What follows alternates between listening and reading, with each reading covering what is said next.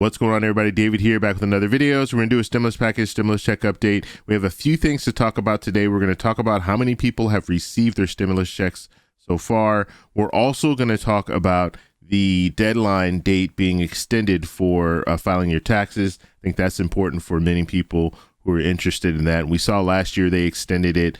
This year they did extend it as well, so we'll talk a little bit about that. And then I want to talk about the $200 raise for Social Security and Biden's plan for Social Security. But first off, you guys can do me a favor. Please hit the like button. It does help with the YouTube algorithm. Also, please subscribe to the channel. Hit that little bell notification. That way you'll get notified anytime we put out a video. Okay, so the IRS has indicated that 90 million people have received their stimulus checks thus far, and that's more than half. So we're looking at about 160 million people will receive stimulus checks. 90 million people have already received them. And so it's just a matter of time. Hopefully within the next 2 to 3 weeks, everyone will receive their stimulus check. And they'll also be mailing out paper checks as well as debit cards. So make sure you keep an eye out for those. But now let's talk about the tax filing extension. Looks like the IRS is extending your tax filing date to May 17th. So it's going from April 15th to May 17th. And so that will allow you one more month to file your taxes, which I think is good. And I was anticipating this was going to happen. We saw it happen last year. And so they've made another extension for those people who have not filed their taxes yet. So now let's talk about Biden's plan for Social Security. And this is one of those things where we saw how important stimulus checks were for the American people. This is very important for people who are retired, very important. And so we need to talk about this, and we're going to need to continue talking about this so politicians know that this is something that's not going to go away, because we've seen with hazard pay, we saw that whole situation where they talked about it for a couple of months and then it was gone and that you didn't hear anything else about it.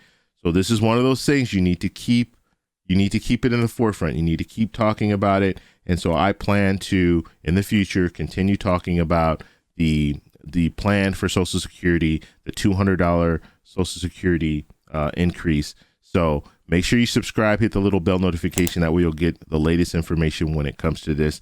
Unfortunately, we haven't heard much in the last several months. Okay, so that's part of the reason why we need to keep talking about it, so politicians will get back to this topic. So let me show you this article. Now, this article was published back in December. Okay, and this is from Motley Fool.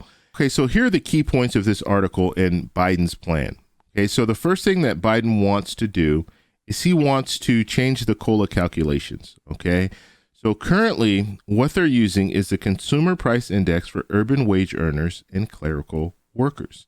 Okay, the CPIW. Now, the only problem with this is for people who are working. And if you're retired, retirees on average spend a higher share of their income on medical and housing costs, both of which rise faster than inflation.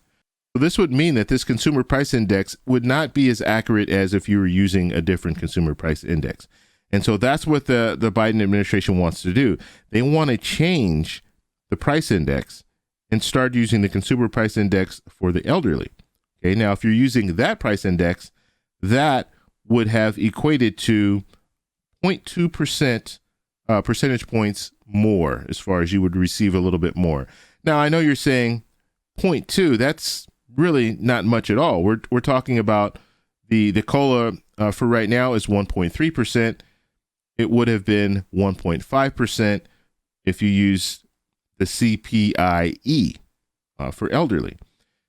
But over time, compounded, that's where you start looking at a situation where it does make sense, and it will ultimately benefit people on Social Security that much more. So that is the first thing that President Biden is focused on. Now, another thing President Biden wants to focus on, he wants a minimum benefit if you work 30 years.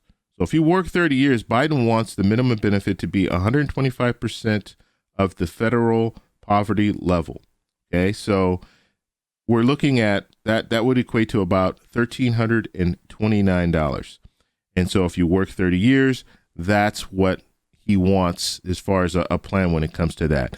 And then the percentages can go anywhere from 5 to 50%, and it can be between 10 and 30 years. Okay, so it doesn't have to be just 30 years, but you can earn a percentage if you work 10 years, 20 years, 30 years.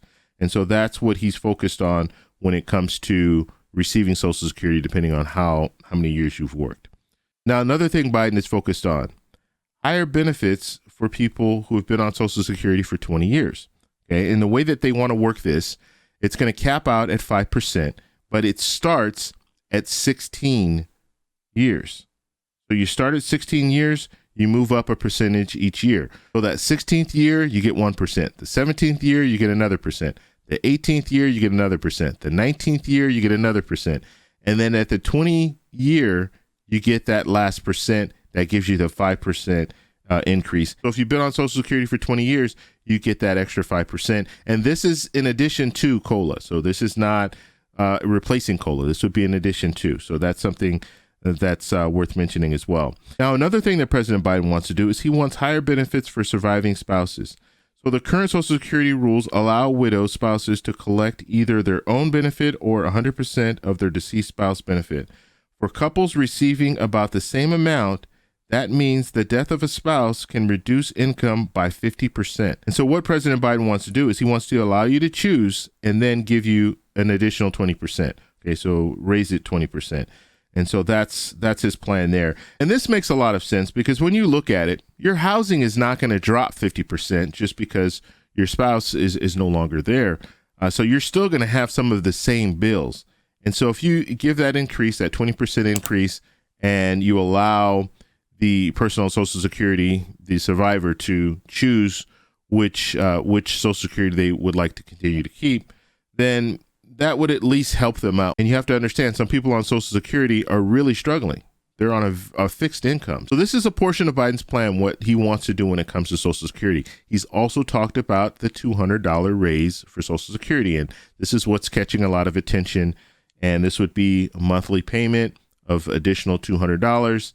And this has not been talked about very often in the last few months.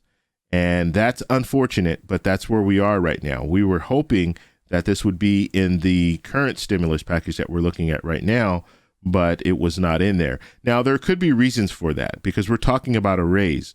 And this stimulus package was done through budget reconciliation. And we know when they were talking about the $15 an hour minimum wage, the Senate parliamentarian said, no, that's not allowed. You can't do that.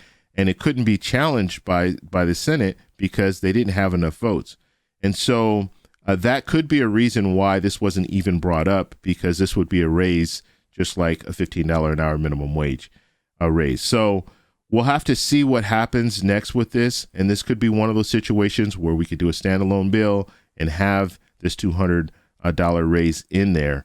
But this is something that we have to see what the politicians want to do. Now, this is not new. This is Senator Warren's plan. She proposed this a year ago. So when it comes down to this whole situation, this is something that can be implemented.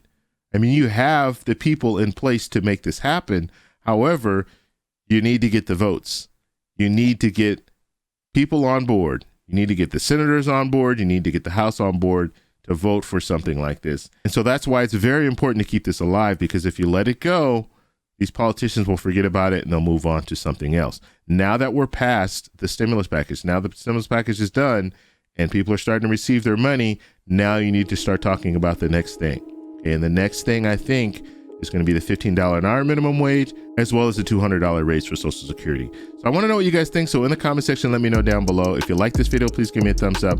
Please subscribe for more, and I'll talk to you in the next one. Bye.